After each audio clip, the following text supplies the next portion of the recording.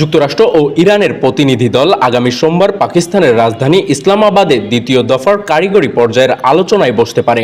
পাকিস্তান সরকারের সূত্রের বরাতে এ তথ্য জানিয়েছে আনাদোল নিউজ এজেন্সি। সূত্রগুলো বলছে, দুই পক্ষের কারিগরি দল খুব সম্ভবত সোমবার ইসলামাবাদে মিলিত হবে।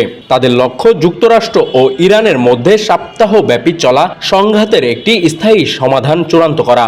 একটি সূত্র জানিয়েছে, চুক্তির খসড়া তৈরি হলে মার্কিন প্রেসিডেন্ট ডোনাল্ড ট্রাম্প, ইরানের প্রেসিডেন্ট মাসুদ পেজেশকিয়ান এবং আরও কয়েকজন গুরুত্বপূর্ণ রাষ্ট্রপ্রধান ইসলামাবাদে এসে চুক্তিতে সই করতে পারেন। প্রতিবেদন বলছে, 11 ও 12 এপ্রিল প্রথম দফার বৈঠকের পর দুই পক্ষ পাকিস্তানের মাধ্যমে একে অপরের কাছে বার্তা পাঠাচ্ছে। পরবর্তী ধাপ শুরুর আগেই তারা সর্বোচ্চ বোঝাপড়ায় পৌঁছাতে চাইছে।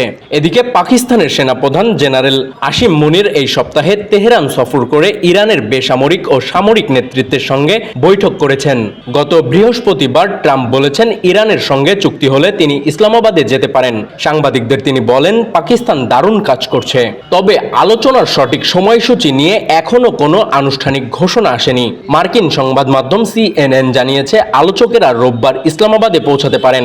অন্যদিকে ইরান প্রথমে বাণিজ্যিক জাহাজ চলাচলের জন্য হরমুজ প্রণালী খুলে দেওয়ার ঘোষণা দিলেও পরে আবার তা বন্ধ করে দেওয়ার ঘোষণা দিয়েছে। ইসলামাবাদের এই বৈঠক সফল হলে মধ্যপ্রাচ্যের চলমান উত্তেজনা কমার পাশাপাশি বৈশ্বিক জ্বালানি বাজারেও স্বস্তি ফিরতে পারে। সুবর্ণভূমি ডেস্ক, যশোর।